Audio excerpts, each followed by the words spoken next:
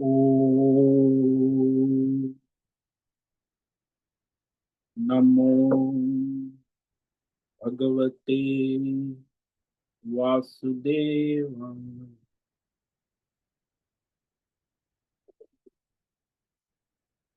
ओम नमो भगवते वासुदेवाय। ओम नमो भगवते वासुदेवाय। ओम नमो भगवते वासुदेवाय। ओम नमो भगवते वासुदेवाय। ओम नमो भगवते वासुदेवाय। ओम नमो भगवते वासुदेवाय। ओम नमो भगवते वासुदेवाय। ओम नमो भगवते वासुदेवाय। ओम श्री परमात्मने नमो नमः। ओम गणपतये नमो नमः। ओम सं सरस्वत्यै नमो नमः। ओम गुं गुरुभ्यो नमो नमः। ओम सहनाववतु सहनौ भुनक्तु सह वीर्यं करवावहै तेजस्विनावधीतमस्तु मा विद्विषावहै। ओम शांति शांति शांति। सदाशिव समारंभां शंकराचार्य मध्यम अस्मदाचार्य पर्यन्तां वंदे गुरु परंपराम्। ओम तत्सत। आप सभी ऑनलाइन नेटवर्क पर उपस्थित भगवत गीता श्रवण साधकों को आज हमारा ऋषिकेश से प्रातः का अभिवादन, अभिनंदन, अभिवंदन। हरि ही ओम, हरि ही ओम, हरि ही ओम। हम सबको आज का यह दिव्य दिन तन मन धन जन देश काल विषय वस्तु परिस्थिति अवस्थाएं व्यष्टि समष्टि आध्यात्मिक भौतिक दैविक क्षेत्र सभी को अपने अपने वर्तमान जन्म में और पूर्व जन्मों में किए हुए सात्विक राजसी तामसी सकाम निष्काम धर्म अधर्म मिश्र कर्मों के पके हुए फल स्वरूप में वर्तमान में आज सभी को अपने अपने प्रारब्ध अनुसार परमेश्वरी अचिंत्य योग माया के माध्यम से वर्तमान देश काल परिस्थिति तन मन धन जन आदि प्रसाद स्वरूप में प्राप्त हुआ है। अतः आज का यह दिव्य दिन परमार्थ हेतु निष्काम सेवा यज्ञ, देव यज्ञ, ऋषि यज्ञ, पितृ यज्ञ, मानवता यज्ञ, भूत प्राणी यज्ञ, सात्विक दान, शारीरिक वाचिक मानसिक तप, निष्काम कर्म योग, ध्यान योग, भक्ति योग, ज्ञान योग, साधना, स्वाध्याय, वेद शास्त्रों का अध्ययन, अध्यापन, उपासना, आराधना के लिए समर्पित करे और करवावे। अत्यंत दुर्लभ मनुष्य जीवन को परमार्थ हेतु सार्थक करे और करवावे। आज विक्रम संवत 2082 आश्विन मास की प्रथमा तिथि प्रथम नवरात्रि प्रारंभ हो चुकी है। तो नवरात्रि व्रत करे, देवी आराधना उपासना करे। प्रथमा तिथि रात्रि 2:55 तक है। उसके बाद द्वितीया तिथि लग जाती है। आज उत्तर फाल्गुनी नक्षत्र है जो दोपहर 11:23 तक है। उसके बाद हस्त नक्षत्र लग जाता है।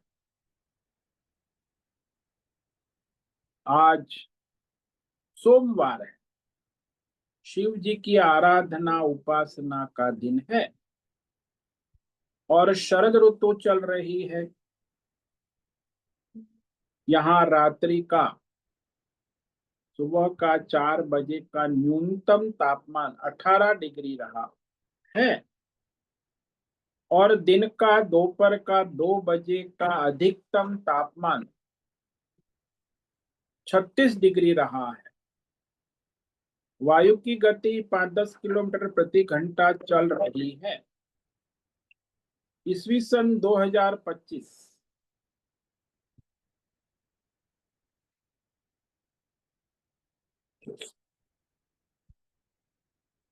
और यह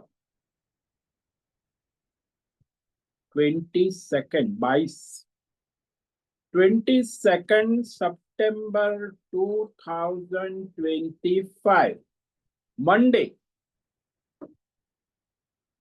सुबह के 6:40 हो चुके हैं। कलयुग का प्रथम चरण 5126वां वर्ष, 7वां वैवस्वत मनवंतर, श्वेत वराह कल्प, ब्रह्मा जी का 26वां दिन और 51वां वर्ष अभी चल रहा है। तो ऐसे अनंत कोटि ब्रह्मांडीय परमेश्वरीय अचिंत्य योग माया में यह हमारा एक ब्रह्मांड, इस ब्रह्मांड में ये पृथ्वी लोक में समुद्र के ऊपर जम्बू द्वीप में विश्व का एकमात्र वैदिक राष्ट्र भारत में उत्तर हिमालय प्रांत में उत्तराखंड राज्य में टिहरी जिले में हिमालयन शिवालिक पर्वतमाला के अंतर्गत मणिकूट पर्वत के ऊपर नीलकंठ महादेव के सामने ऋषिकेश नगरी में मुनि की रेती प्रांत में शीशम जाड़ी अवधूत बाड़ा आश्रम के सी ब्लॉक के पहले माले से 5 नंबर कमरे से गंगा किनारे से हम स्वामी उत्तमानंद सरस्वती भगवत गीता के आचार्य शिष्य स्वामी चिन्मयानंद सरस्वती महाराज चिन्मय मिशन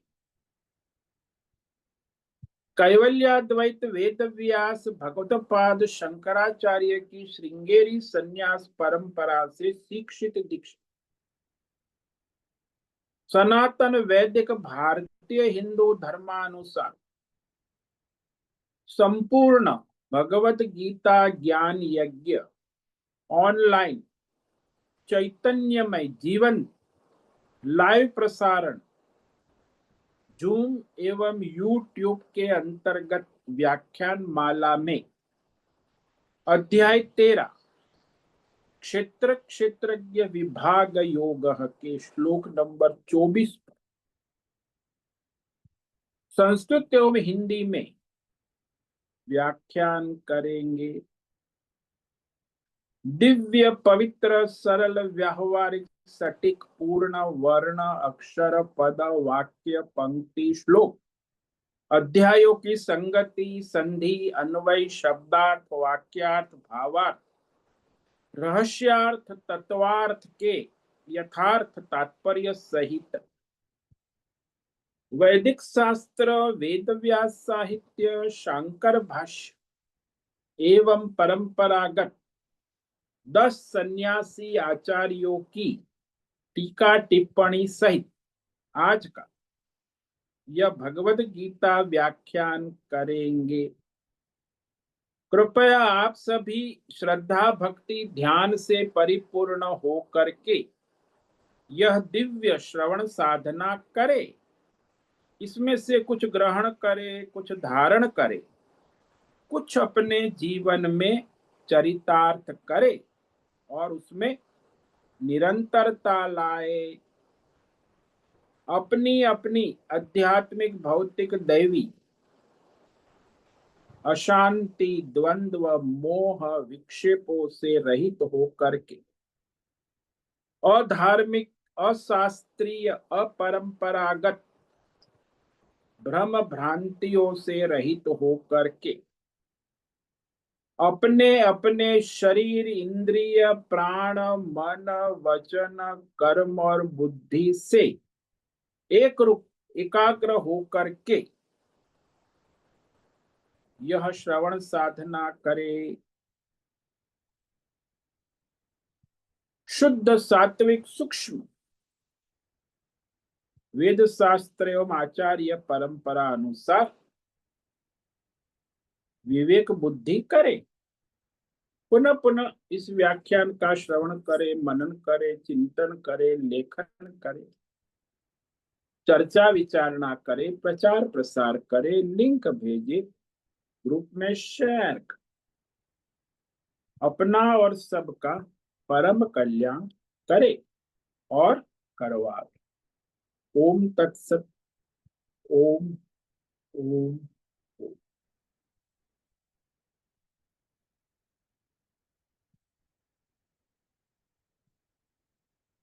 तो हमने श्रीमद् भगवद गीता अध्याय 13 क्षेत्र क्षेत्रज्ञ विभाग योग के श्लोक नंबर 24 पर विवेक विचार प्रारंभ किया था, जिसमें भगवान 3 प्रकार के निष्काम योग साधना के बारे में कहते।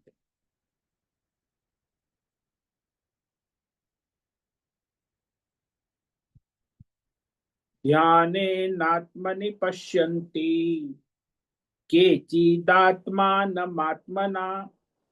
अन्ये सांख्येन योगेन कर्मयोगेन चापरे।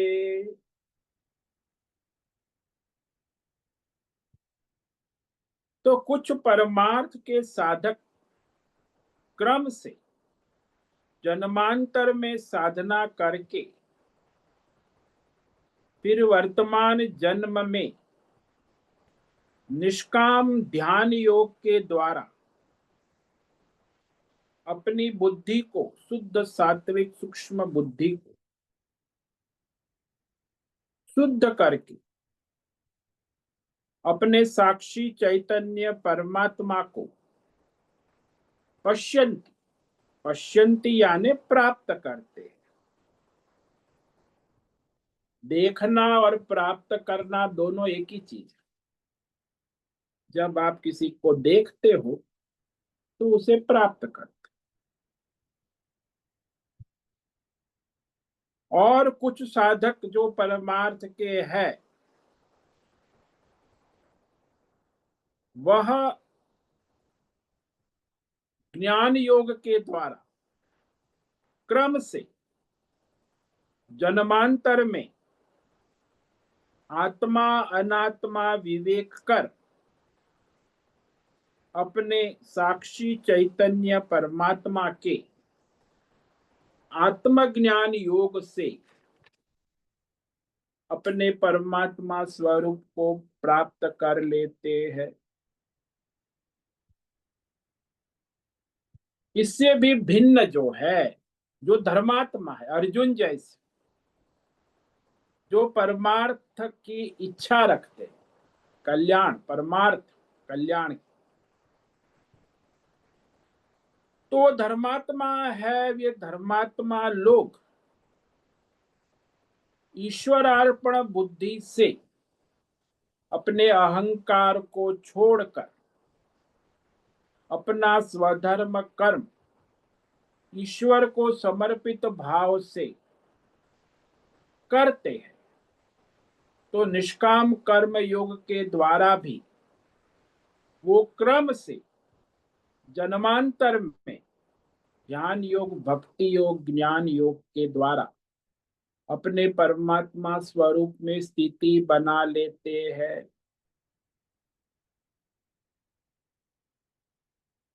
तो यहाँ भगवान ने 3 प्रकार के योगियों का निरूपण किया, जो साधक है परमार्थ और निष्काम। क्योंकि जो सकाम योगी होता है वो तो भाई सकाम योग साधना से सिद्धि प्राप्त कर लेता है और सिद्धि में भटकने लगता है। कोई सकाम योगी जो होता है वो क्रम से फिर ब्रह्मलोक में ब्रह्मा जी के पास रहकर परमात्मा तत्व उपदेश प्राप्त कर प्रलय के बाद क्रम से उसकी मुक्ति। तो ये लोग जो आज के युग में जो सकाम कर्म योग, ध्यान योग, भक्ति योग, ज्ञान योग साधना करने वाले हैं, उनमें कुछ लोगों को कुछ सिद्धि मिल गई भक्ति से, ज्ञान से, तो वो तो यहाँ तक कहने लगते कि हमें कोई मोक्ष मोक्ष नहीं चाहिए, हम तो बस इसी में वापस आएंगे जाएंगे। तो ये सकाम भक्त लोग, ये जो कथाकार है, ये सब ऑनलाइन अपना धंधा करते हैं, आध्यात्मिक धंधा, वो सब सकाम कर्म वाले कर्म योगी है। कोई सकाम ध्यान योगी है, कोई सकाम भक्ति योगी है, कोई सकाम ज्ञान योग, लेकिन उसको मोक्ष नहीं चाहिए, उनको तो सिद्धि चाहिए और फिर दूसरी उनको मुक्ति चाहिए, क्रम से मुक्ति। वैकुंठ में जाएंगे, भगवान के साथ रहेंगे, नाचेंगे गाएंगे पिएंगे, फिर भगवान के साथ जब प्रलय होगा तो मुक्त हो जाएंगे। यानी हमें भगवान के साथ में रहना अच्छा लगता। तो ये सब सकाम कर्म योगी, ध्यान योग, आज दुनिया में जो योगी उसमें 90% इसी वैरायटी में आते। सकाम कर्म योग से सिद्धि प्राप्त करते हैं, कोई ध्यान योग से सिद्धि प्राप्त कर, सकाम भक्ति योग से सिद्धि प्राप्त, सकाम ज्ञान योग से सिद्धि, और फिर उनका धंधा चलता है। और फिर मरने के बाद उनका जो है परमार्थ है ना, इसीलिए क्रम से मुक्ति हो, ब्रह्मलोक में जाके फिर भगवान के साथ रहकर प्रलय के बाद सगुण उपाधि वाले है ना। लेकिन यहाँ भगवान ने इसके बारे में नहीं कहा है, यहाँ जो निष्काम योगी है उसके बारे में। तो 3 प्रकार की साधना है। भगवान ने क्रम से जो है पहले ध्यान योग लिया, फिर ज्ञान योग लिया, फिर कर्म योग। लेकिन अर्थ के अनुसार पहले कर्म योग आता है, फिर ध्यान योग आता है, फिर भक्ति योग आता है, फिर ज्ञान योग आता है। लेकिन ये जो संस्कृत आचार्य होते हैं, संस्कृत में जब श्लोक बनाना होता है तो उसमें पंक्ति बनाने के लिए वाक्य आगे पीछे होते हैं, श्लोक को ठीक रखना है ना, इसलिए वाक्य का क्रम आगे पीछे होता है। कभी क्रम होता भी है, कभी वाक्य का क्रम आगे पीछे हो, तो उसको फिर आचार्य उस वाक्य के क्रम को ठीक करते। तो यहाँ कई आचार्य जो है, जो श्लोक है उसी अनुसार वाक्य को लेते हैं, उसे वाक्य व्याख्या कहते हैं। वाक्य से कई लोग जो है क्रम से, जो वाक्य का क्रम है उस अनुसार, तो श्लोक के अनुसार व्याख्या करते हैं और वाक्य के क्रम के अनुसार व्याख्या। तो इस तरह श्लोक की व्याख्या 2 प्रकार से हो, श्लोक में कहा है वैसे ही व्याख्या करते,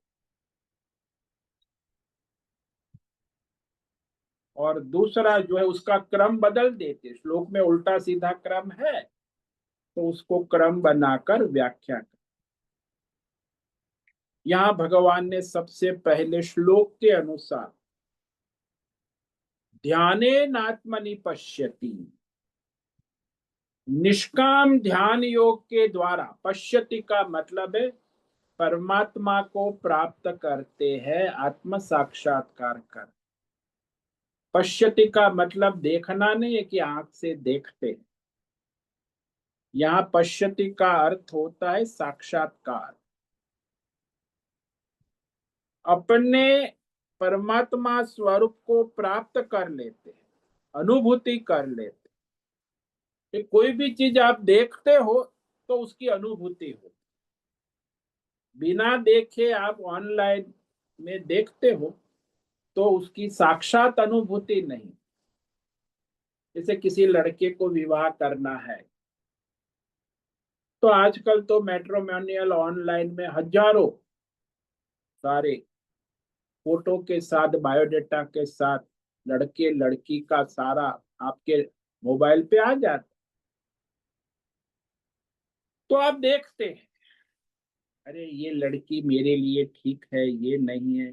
50, 100, 200 लड़की को देखेंगे, बायोडेटा उसका, फैमिली ब्रेक, तो देखने से तो कुछ होगा नहीं।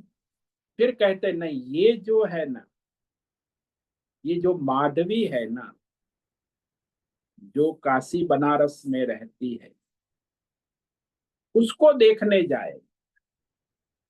अभी तो विवाह करना है तो जाना होगा। फिर उसका पता, उसका फोन नंबर लेकर परिवार के साथ गए, तो वहां साक्षात जो उसने कहा था, लिखा था, तो वहां उसके घर में गए, घर को देखा, परिवार को देखा, बड़ा स्वागत सत्कार किया, माधवी को देखा। लेकिन उसने जो फोटो में, बायोडेटा में, मैट्रिमोनियल में जो देखा था, उससे यहाँ सब कुछ भिन्न है। वहां देखा था तब उसको मन में कल्पनाएं थी, भ्रम था कि ऐसी होंगी वैसी होंगी। जब साक्षात देख लिया तो काल्पनिक भ्रम सारे निकल गए। फिर उसने माधवी को देखा, उसके साथ बात की। बात करने के बाद साक्षात्कार, इंटरव्यू हुआ, और साक्षात्कार होने के बाद उस लड़के ने आके कहा माता पिता से कि ये लड़की मेरे लिए ठीक है। तो माता पिता ने उस लड़की के माता पिता को कहा, लड़की ने भी कहा मेरे लिए ये लड़का ठीक है। तो यहाँ उसे कहते हैं साक्षात्कार, विवाह का साक्षात्कार हो गया। इंटरनेट, मोबाइल में, मैट्रिमोनियल में उसका बायोडेटा, फोटो देख के साक्षात्कार नहीं होता। पश्यंती यानी देखना होगा। आपको सामान लेना है बाजार में तो भी आप जो है इंटरनेट, मोबाइल देखते हैं, फिर बाजार में जाके उसको साक्षात देखकर फिर प्राप्त करते हैं। तो पश्यंती का अर्थ होता है साक्षात देखकर प्राप्त करना, साक्षात्कार करना। तो यहाँ भगवान ने पश्यति शब्द का प्रयोग सभी योग में किया है। तो 3 प्रकार के योग साधकों का निरूपण इस श्लोक में भगवान कह रहे। ये योगी है, साधक है, निष्काम योगी। ये धर्मात्मा नहीं है। अब वो धर्मात्मा का क्लास पार हो गए, पाप पुण्य सुख ये सब पाप पुण्य वाले नहीं, ये सब योगी है। तो यह जो साधक है, भगवान ने पहला वाक्य, ध्याने आत्मनि आत्मनाम पश्यन्, बहुत बढ़िया वाक्य है।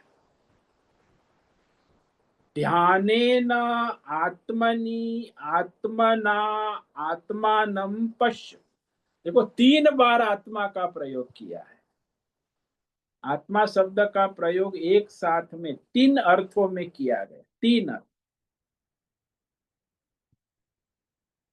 यानी परमात्मा का ध्यान ही उसके लिए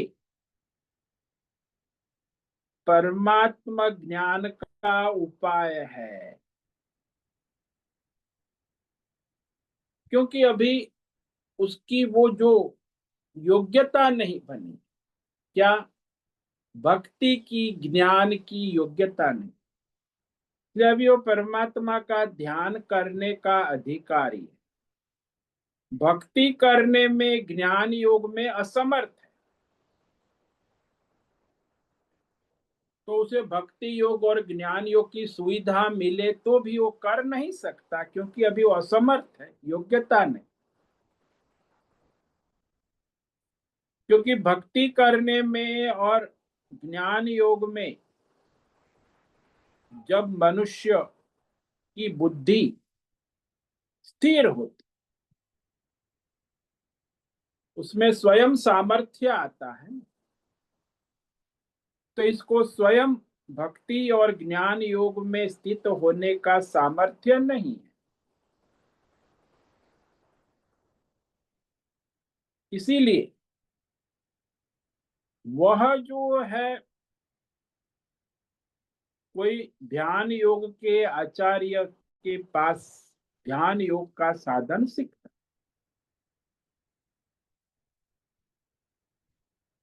क्योंकि उनको वो भक्ति योग और ज्ञान योग में रुचि नहीं।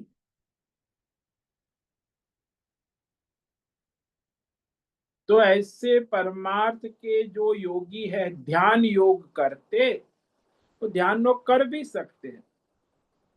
कई लोग को मैंने देखा है कि वो दुकान चलाता है, तो मुझे कहता है कि मैं महाराज सुबह 3 घंटे ध्यान में बैठ, तो 3 बजे उठ जाता हूँ, 4 से 7 बजे तक ध्यान, फिर नाश्ता करके दुकान खोलता हूँ। तो दुकान भी यहाँ घर और दुकान साथ ही है, मैं उसके घर भी गया था।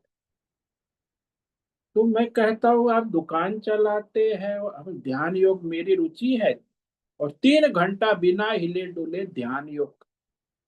बोले अच्छी बात है रमेश भाई, आपका ध्यान योग तो हो रहा है। तो फिर कहते मेरी तो वो भक्ति पूजा पाठ में रुचि नहीं, मेरी तो उस ज्ञान योग में आपका प्रवचन आप गीता करते हो उसमें भी रुचि, मैं ध्यान योग कर, और मुझे उसमें रुचि भी है, लगता भी है, 2-3 घंटे बैठता हूँ।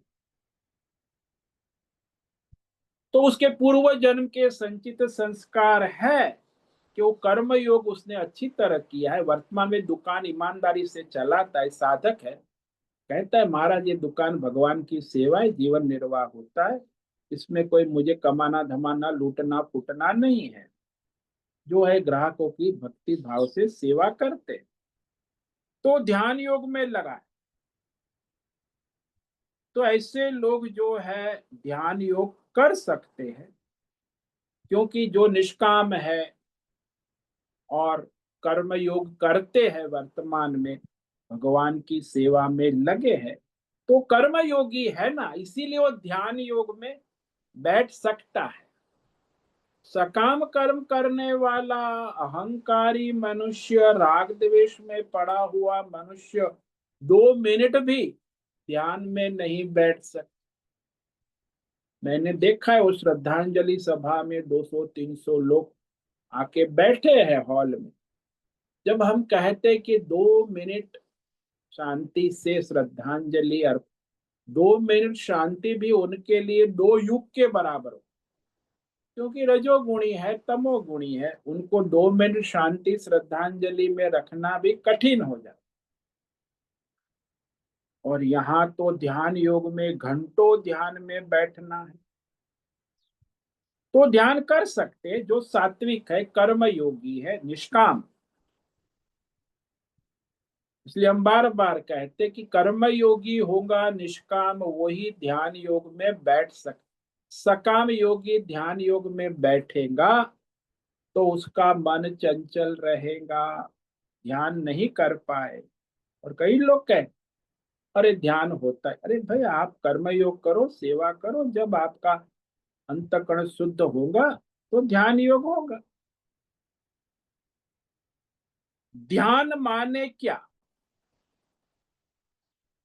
कहते हैं कि हमारी जो 10 इंद्रियां है उसके ऊपर ताला लगा देना, लॉक। मन है वो भी वृत्तियों में, उसे भी ताला लगा देना।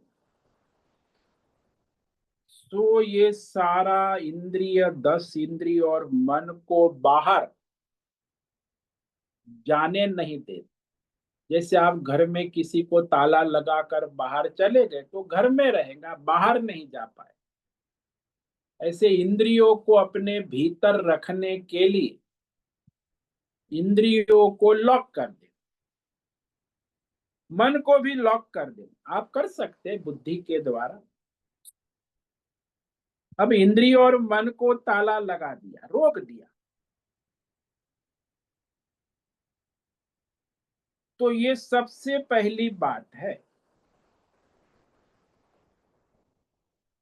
कि हमारी इंद्रिया जो है वो दसों दस इंद्रिया अपने विषयों की ओर दौड़ती रहे। जैसे वो गाय होती है, वो हरे घास की ओर दौड़ती रहे, तो गोपाल उसे खूंटे से बांध देता है।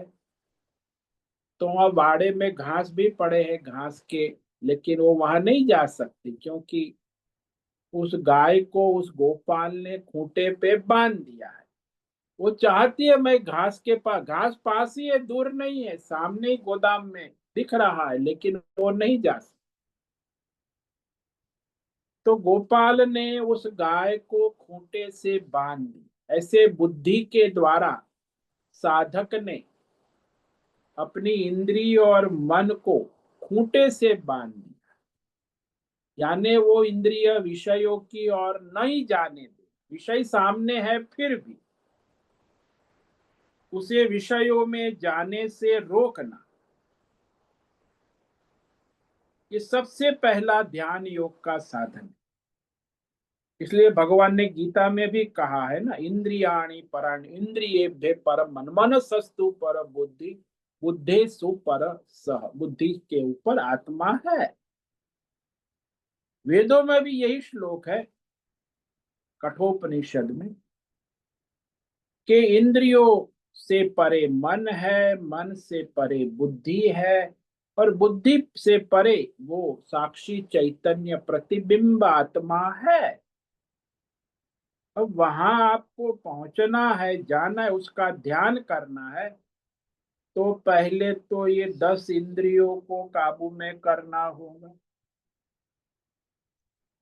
और दसों 10 इंद्रियां स्वभाव से ही अपने अपने विषय की ओर दौड़ती रहती।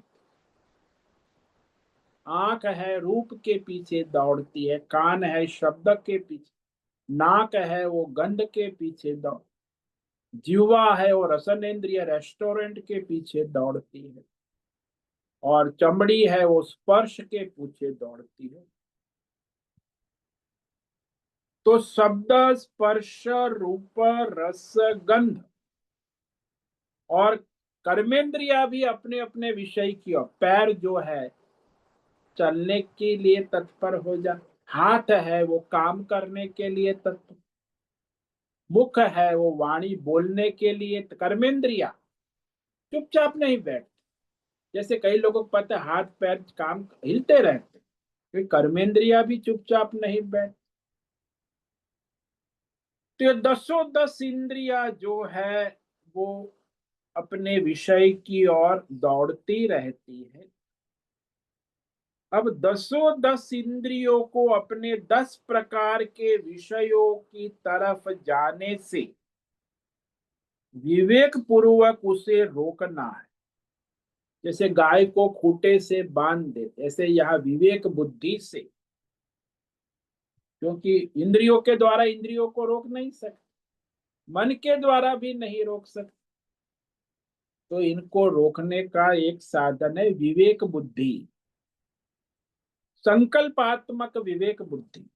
तो दृढ़ संकल्प और विवेक बुद्धि से इंद्रियों को और मन को विषयों की ओर जाते हुए रोक सकते।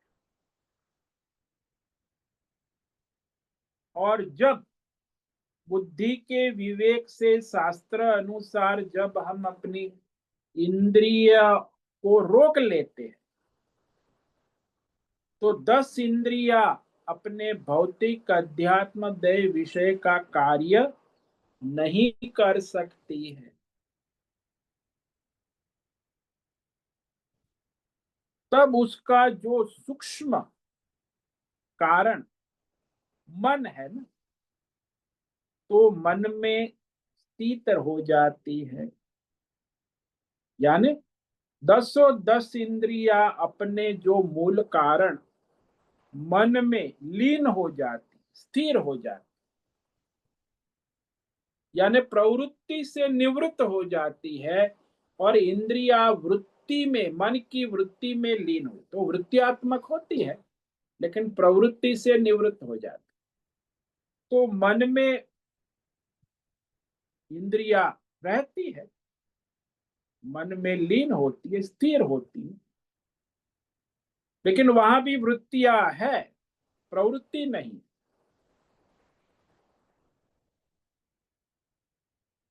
तो जैसे 10 इंद्रिया है, उसके अपने अपने कार्य न होने देना, यानी अपने अपने विषयों की तरफ जाने से उसे सबसे पहले रोकना। ये रोकना है इंद्रियों, इसे शम कहते, इंद्रियों को रोकना।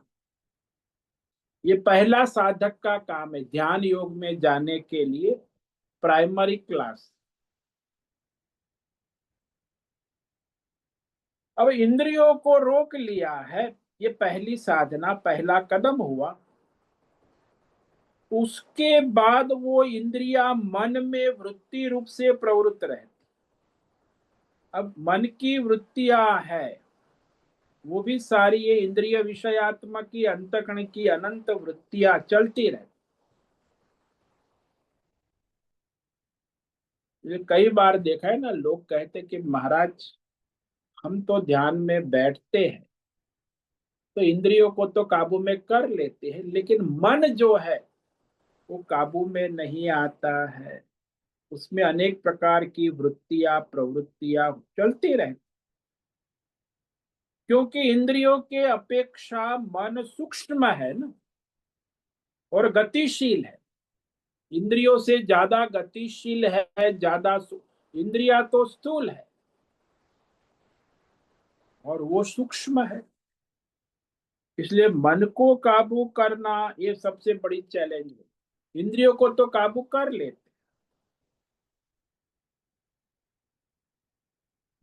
तो मन की वृत्तियां है और उससे विवेक पूर्वक उठने से रोकना बार बार। अरे मैं ध्यान कर रहा हूं, भगवान का जप कर रहा हूं, मन को समझाना, बार बार वो जाएगा जब मन की वृत्तियां विषय वृत्तियों को रोकेंगे, तब मन अपनी जो निश्चयात्मक बुद्धि, भगवत बुद्धि में स्थिर हो जाएगा।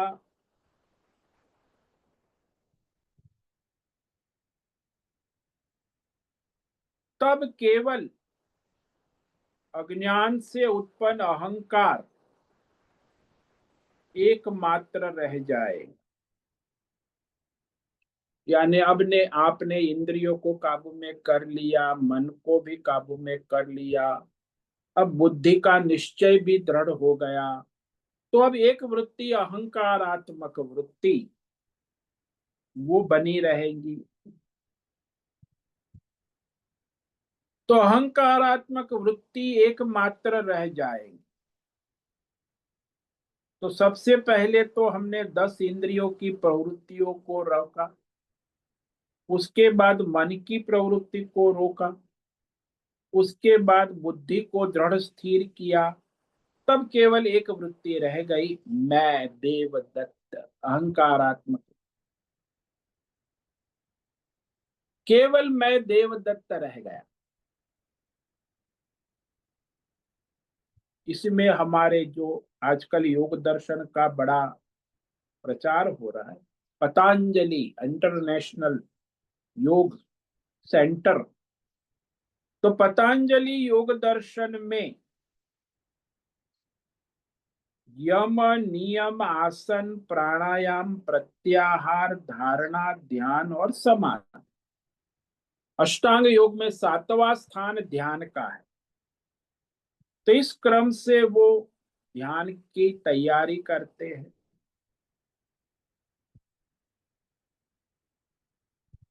तो उस अष्टांग योग में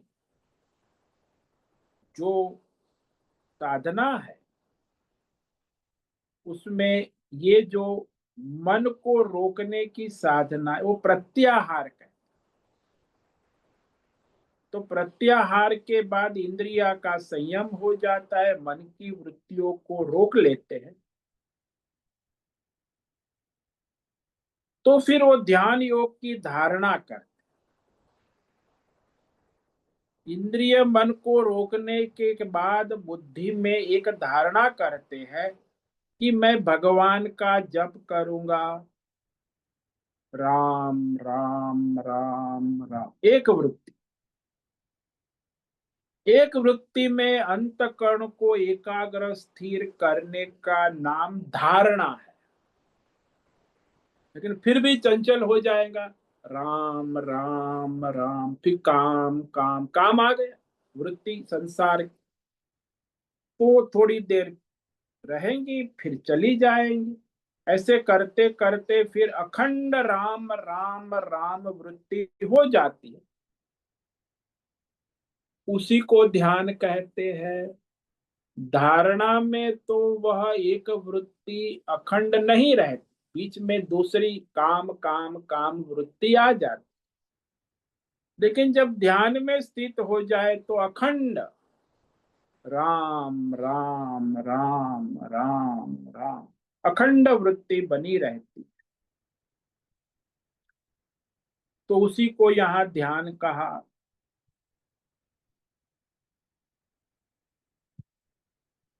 तो अंतःकरण अपनी वृत्तियां बनाना रोक देता है, केवल मैं देवदत्त रह जाता है, अहम। अब मैं देवदत्त केवल केवल केवल राम राम राम का ध्यान करता हूं, एक ही वृत्ति, दूसरी कोई काम काम काम की वृत्ति नहीं आती, केवल मैं देवदत्त राम राम राम। तो ऐसे एक अखंड वृत्ति बन जाती। केवल मैं देवदत्त हूं और मैं परमात्मा का ध्यान कर रहा हूं और परमात्मा का ध्यान उसके नाम से कर रहा हूं। और वह साक्षी चैतन्य राम परमात्मा में अपनी शरीर इंद्रिय प्राण को लीन कर दे कि ये जो राम है वही मेरा वास्तविक स्वरूप है, मैं देवदत्त नहीं हूं। अहम देवदत्त का जो साक्षी चैतन्य राम, ये राम परमात्मा वास्तविक स्वरूप है। तो जो अहंकार है वो कहेगा नहीं नहीं नहीं मैं देवदत्त हूं। तो उस अहंकार को उस साक्षी चैतन्य में लगाने के लिए कहना पड़ेगा, अरे भाई देवदत्त तेरा वास्तविक स्वरूप देवदत्त नहीं है, तू राम स्वरूप है, परमात्मा का स्वरूप साक्षी चैतन्य। फिर वो आएगा हम देवदत्त मैं देवदत्त का जो, लेकिन फिर उसे समझाना पड़ेगा कि साक्षी चैतन्य किसके ध्यान में तू प्रकाशित हो रहा है, वो साक्षी चैतन्य राम है। और वह बार बार समझाना पड़ेगा, अहंकार मानता नहीं। फिर यदि मान गया तो हाँ हाँ वही मैं हूं, मैं ये देवदत्त नहीं हूं, मैंने जान लिया मैं वो राम स्वरूप साक्षी चैतन्य परमात्मा ही। तो इस प्रकार वह जो है साक्षी चैतन्य राम राम राम में स्थिर करके अखंड स्थिति बन जाती है, राम राम राम। उसी को यहाँ ध्यान कहा जाता है, ध्यान योग। तो ध्यान योग में आप तब बैठे हैं ऐसा कहा जाएगा जब आपकी अहम देवदत्त अहंकार वृत्ति भी साक्षी चैतन्य राम परमात्मा में लीन हो गई। तो वो ध्यान योग कहा जाए। फिर वहां मैं देवदत्त हूं वो वृत्ति भी अंतिम वृत्ति है, वो समाप्त हो जाए, क्योंकि वो देवदत्त को जानने वाला जो साक्षी चैतन्य परमात्मा है वही राम है ना। देवदत्त को उसके बिना कौन प्रकाशित करेगा।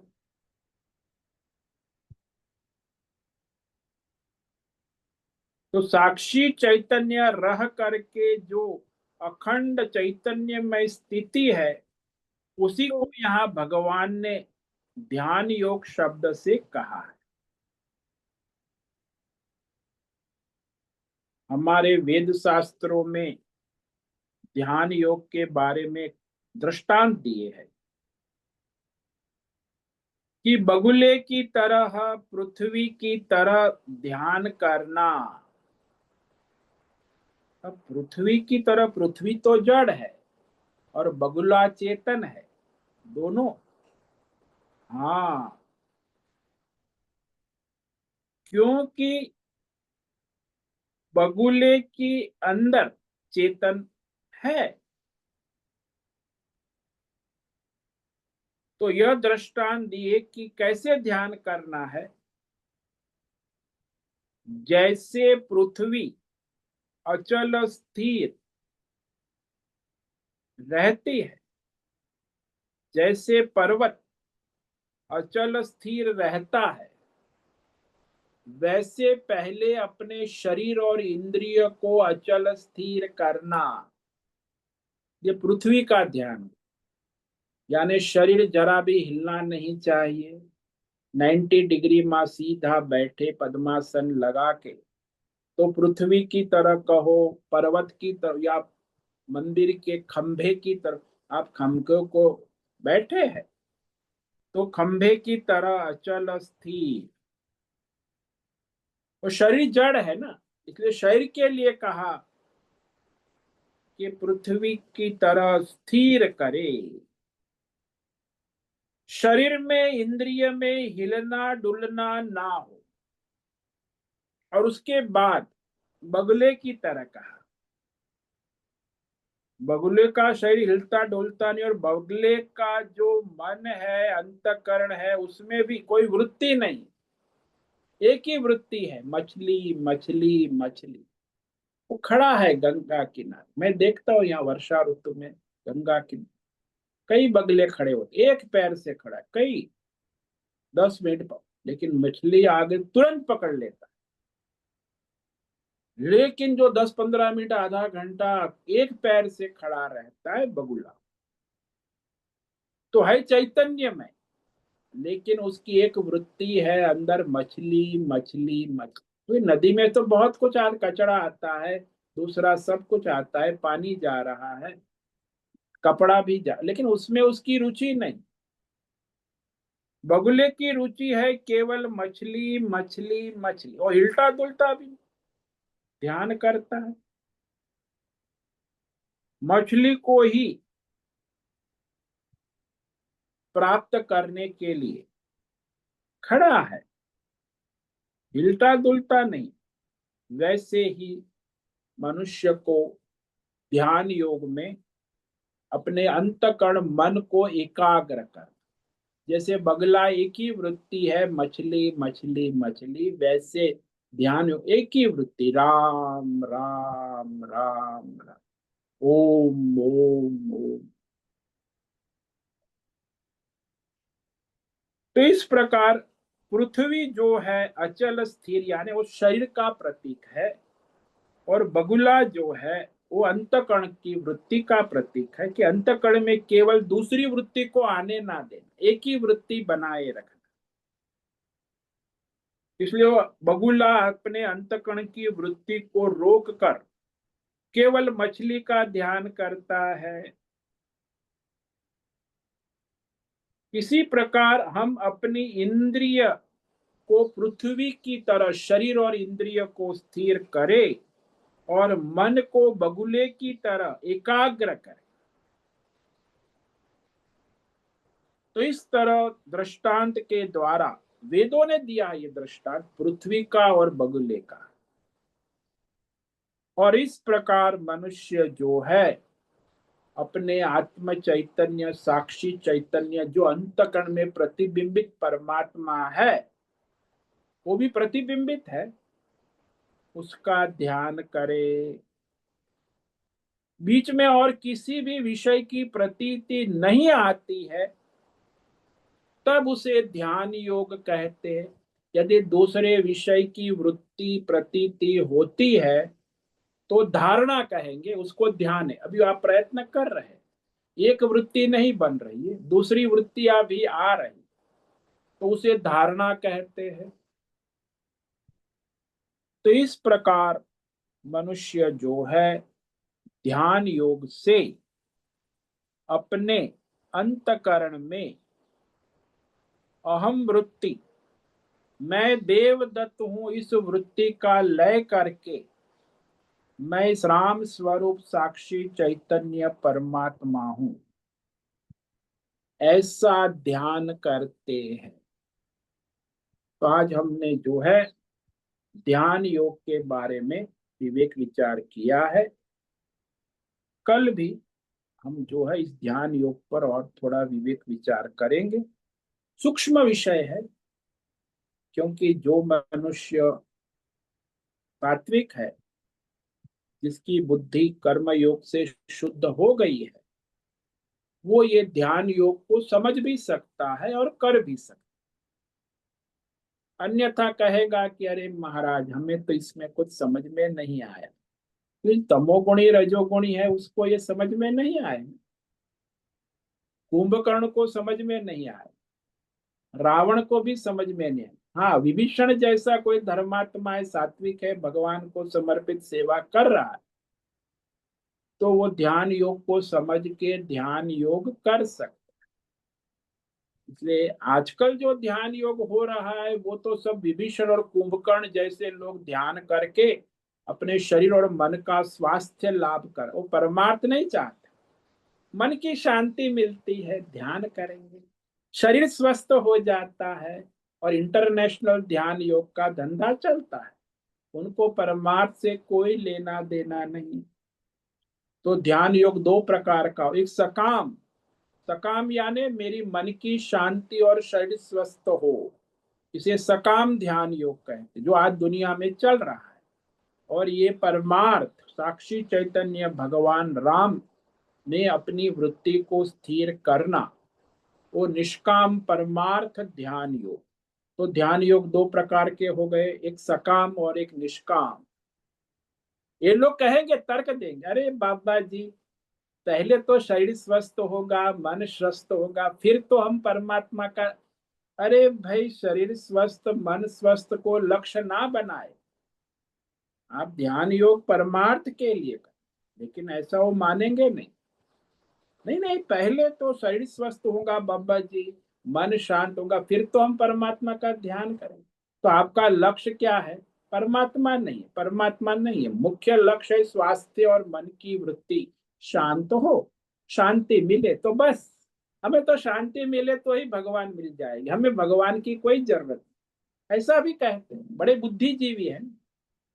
तो इस प्रकार आजकल विश्व में जो ध्यान योग चल रहा है, वो केवल शारीरिक स्वास्थ्य और मानसिक शांति के लिए ही चल रहा है।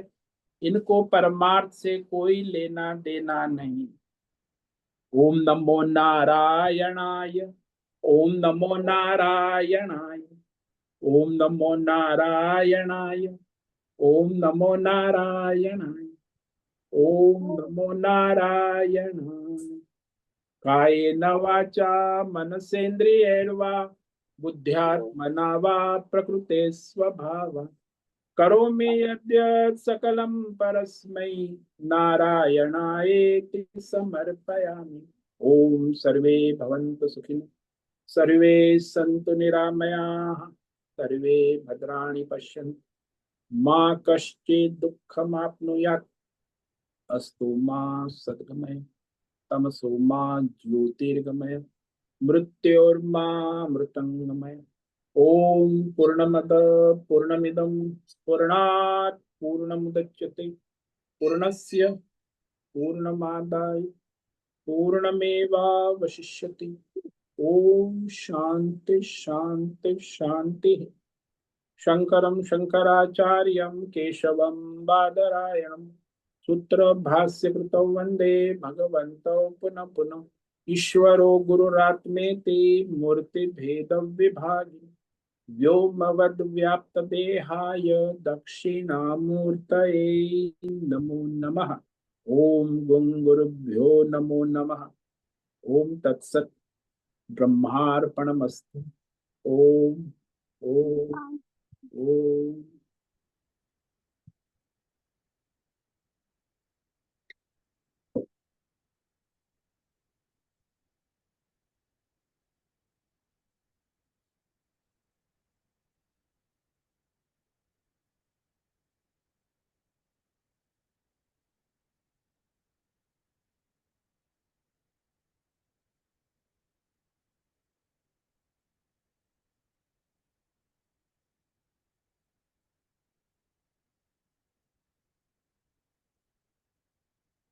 किसी भी साधक को प्रश्न है, अभी प्रश्नोत्तरी का समय है। कोई भी साधक प्रश्न कर सकते हैं।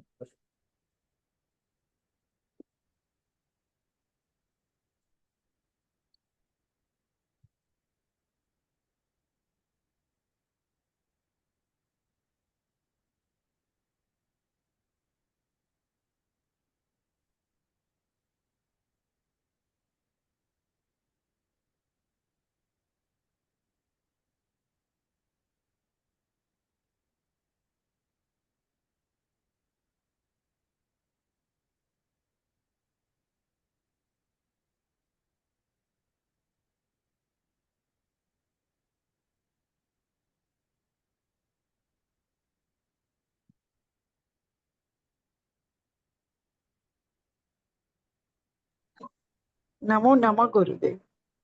हाँ बोलो नैना बेन।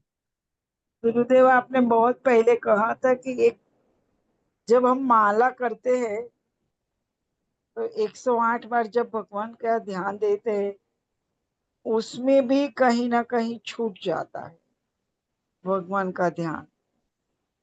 तो ये ध्यान की प्रक्रिया आपने बहुत पहले बताई थी कि ध्यान करना है तो पूरा पूरा लक्ष्य होना चाहिए। और आज भी आप बता रहे हो कि ध्यान कितना कठिन है, वृत्तियों को मन में स्थिर करना। पर कर्म के साथ ध्यान नहीं हो सकता, वो सीखना है। क्यों? कर्म तो फर्जियात हो गया है ना, जब तक शरीर है तब तक कर्म भी है। इसीलिए ध्यान योग में आपको कर्म नहीं है। ध्यान योग में इंद्रियों का कर्म नहीं है। इंद्रियां सब लॉकडाउन है। मन की वृत्ति भी लॉकडाउन है। बुद्धि का संकल्प केवल अपने मैं नैना हूं, बस इसी वृत्ति में स्थिर है। और मैं नैना जो हूं अहंकार है, वो अहंकार का लय करके मैं परमात्मा स्वरूप हूं, मैं नैना नहीं हूं। तब आप परमात्मा के स्वरूप का ध्यान करोगे। जब तक नैना रहेंगी तो भी ध्यान नहीं होगा। तो पहले तो इंद्रियों से उपराम होना होगा, फिर मन से उपराम होना होगा, फिर बुद्धि में जो निश्चय है कि मैं नैना हूं, उस निश्चय उस अहंकार को छोड़ना होगा। तो मैं नैना नहीं तो मैं कौन हूं? मैं साक्षी चैतन्य राम परमात्मा हूं। उसमें वृत्ति भगवताकार वृत्ति में स्थित हो, वो ध्यान योग है। तो जब मैं नैना हूं और ये मेरी बुद्धि है और मेरे मन में अनेक वृत्तियां उत्पन्न हो रही है और मेरी इंद्रियां अनेक विषयों के पीछे दौड़ रही है, तो वो तो नैना संसार की कर्मों की माया में दौड़ती रहेंगी। अब पहले तो नैना तक पहुंचना ही दुर्लभ है। हाँ, इंद्रियों को रोकोगे। वास्तविक नैना कौन है? जीव है ना। लेकिन ये इंद्रियों माला को का रोकोगे, 10 इंद्रियों को रोकोगे, मन की वृत्तियों को और बुद्धि का जो निश्चय है कि मैं नैना हूं, उस निश्चय, उस अहंकार को छोड़ोगे, तब आप अपने साक्षी चैतन्य परमात्मा स्वरूप का ध्यान में स्थित हो जाओ। तो माला का आधार नहीं लेना है उसमें। माला का आधार है पहले, जब आपका मन चंचल है तो धारणा करनी पड़ेगी, मैं हम्म, नैना नहीं, मैं राम स्वरूप साक्षी चैतन्य परमात्मा हूं। तो जब माला हमें पहले धारणा की अवस्था में आवश्यक है, क्योंकि ये आवश्यक सारी है। वृत्तियों का निराकरण करना, तो वहां आप राम राम करोगे तो उसमें ये वृत्ति आ जाएंगी, मैं नैना हूं, तो उस वृत्ति को हटाना होगा, और फिर मैं राम स्वरूप हूं ऐसी वृत्ति को दृढ़ करना।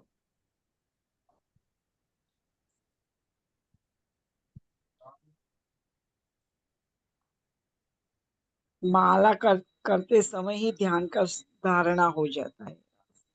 हाँ, वो धारणा उसी को कहते हैं। अभी ध्यान। आपकी परमात्मा में वृत्ति स्थिर नहीं हो पा रही है, आप हम्म, धारणा प्रयत्न कर रहे हैं, तो आपको संसार की वृत्ति भी आ रही है, घर की मेरे दूध वाला आना है, ये आ गया, अखबार वाले का आज बिल देना है, 4 दिन अखबार नहीं आता, उसका पैसा भी काट लेना है, ये सब आएगा, नैना की वृत्ति।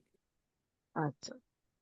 और ध्यान में नहीं, सिर्फ ध्यान ही भगवान है। ध्यान में तो नैना भी नहीं रहेंगी, केवल परमात्मा रहेंगे। ठीक। धारणा में नैना भी रहेंगी, परमात्मा नहीं रहेंगे, और नैना की सारी संसार रहेगा। धारणा में भगवान थोड़ा समय के लिए आते हैं। थोड़ा ये क्षणिक आएगा, फिर चला जाएगा, टिकेगा नहीं। अच्छा।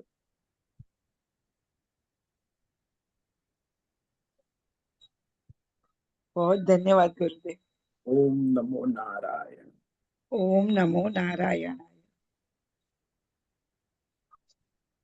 ठीक है, आज उपस्थित है प्रकाश आनंद गोसा, होस्ट है नैना पुरोहित, राय बहादुर कपूर, अजय रत्न पारखी, अनुराधा जेठे, आरती जादव, आशा कोटक, भद्रेश पड़िया, बीबी शर्मा, मोहन, हेमा कोटक, लीलावती बड़ेकर, मीनाक्षी काले, पंकज भट्ट, पृथ्वीराज मालव, राजेश मोलकर, रुपेश पाटिल, संजीवनी श्रीरंग रानडे, सुचिता पाटिल, सुदर्शन दुबे, सुनील ठाकुर, तुषार चौधरी, उषा मेनन और विशाल बेडिक।